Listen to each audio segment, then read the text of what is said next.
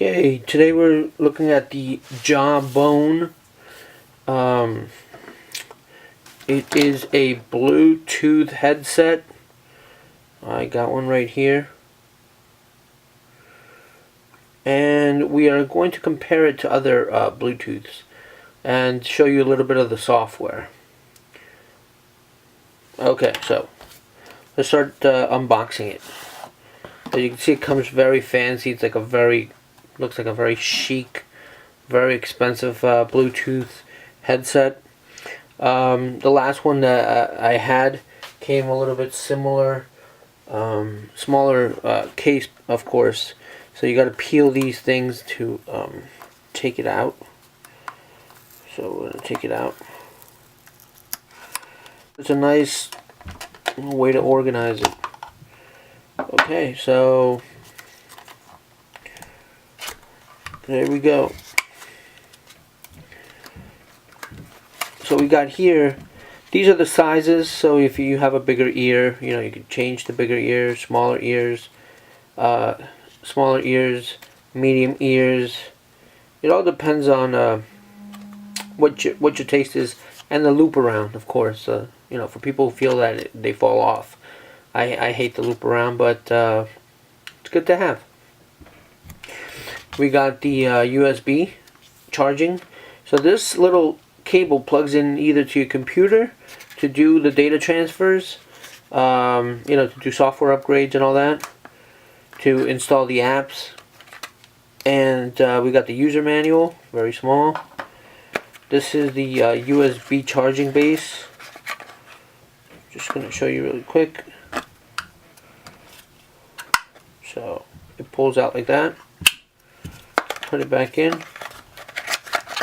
So, the whole point of this is so you could store your stuff and have it really nice. And really fancy little case. Alright, so the good thing about it is that come in and just, there it goes, just goes straight in.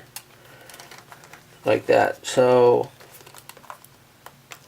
you could save it and put it back into this place and have a place where to store your JawBone. Like, I just took that one out, and you could see if I wanted to put it back in, I just click it like that, and it's back in. Then we close it, and that's it. You got yourself a case. Alright. So, putting that aside, we'll move to the differences of the two devices. Here we go. This is the Icon, and this is the Era. The Era is a little bit longer, but it's a little bit, if you see it, it's less narrow. Okay? And this one is nice and shiny, but it's thicker, shorter, stubbier. As far as the thickness, it's about the same. The design, about the same.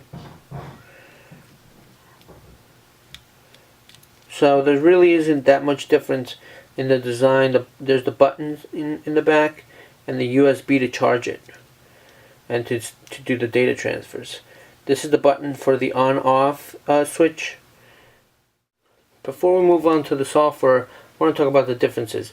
The Icon to me is probably the worst one I've purchased. The sound quality isn't that great, and this one disconnects in Bluetooth a lot, very low volume. It is the first one that supports apps, so that was the only good thing about it. But I didn't like it as much as the original one that I purchased, which was the Aliph. Okay, now moving on to the Era.